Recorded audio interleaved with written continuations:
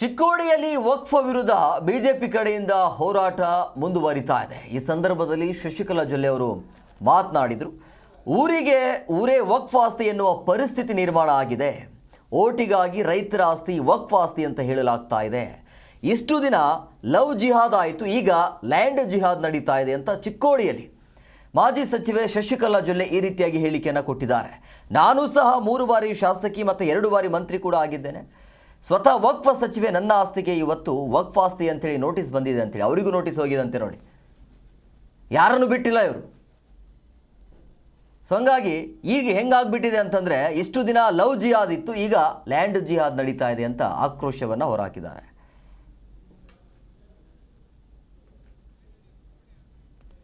ತಿಂಗಳಿಂದ ಅಂದರೆ November start ಆದಾಗಿಂದ ನಮ್ಮ ಕರ್ನಾಟಕದಲ್ಲಿ ಒಂದು ವಿಚಿತ್ರವಾದಂಥ ವಾತಾವರಣವನ್ನು ನಾವು ನೋಡ್ತಾ ಇದ್ದೀವಿ.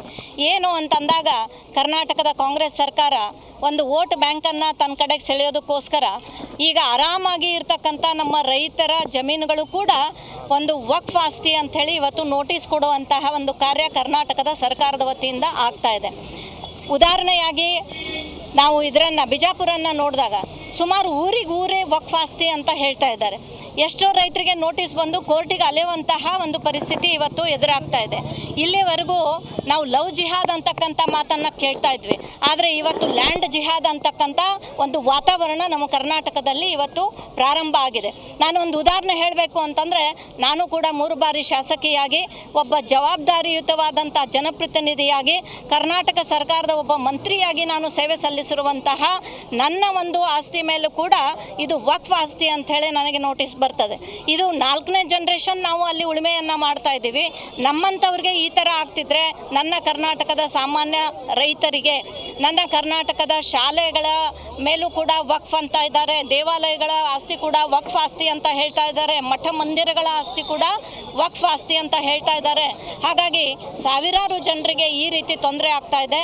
ಇವತ್ತು ನಮ್ಮ ರಾಜ್ಯಾಧ್ಯಕ್ಷರ ನೇತೃತ್ವದಲ್ಲಿ ಸುಮಾರು 5 ತಂಡಗಳನ್ನು ಮಾಡಿ ಡಿಸೆಂಬರ್ 1ನೇ ವಾರ ಪ್ರತಿಯೊಂದು ಜಿಲ್ಲೆಗೆ ವಿಸಿಟ್ ಮಾಡಿ ಅಲ್ಲಿಯ ಅಹವಾಲುಗಳನ್ನು ಸ್ವೀಕಾರ ಮಾಡಿ ಅಧಿವೇಶನದಲ್ಲಿ ಈ ವಿಷಯವನ್ನು ನಾವೆಲ್ಲರೂ ಕೂಡ ಎತ್ತುತ್ತಾ ಇದ್ದೀವಿ.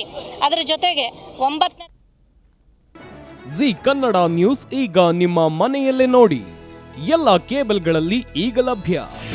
ನಿಮ್ಮ ನೆಚ್ಚಿನ ಜಿ ಕನ್ನಡ ನ್ಯೂಸ್ ಈಗ ಸನ್ ಡೈರೆಕ್ಟ್ ನಲ್ಲಿ number 292, Tata Play number 1664, Jio TV number 1334, NXT digital number 30, in cable number 30, city networks 51, U digital number 162, GTPL number 17, Rockline telecommunications number 42, Shri Basaveshwara cable number 168, rural cable network 60, Vinayaka digital 57, Abhishek cable 821, city channel 53, Siddeshwara cable network 57, ವಿ4 digital infotech 628, Surya digital networks 53, Gajanan digital number 836, Malnad infotech private limited number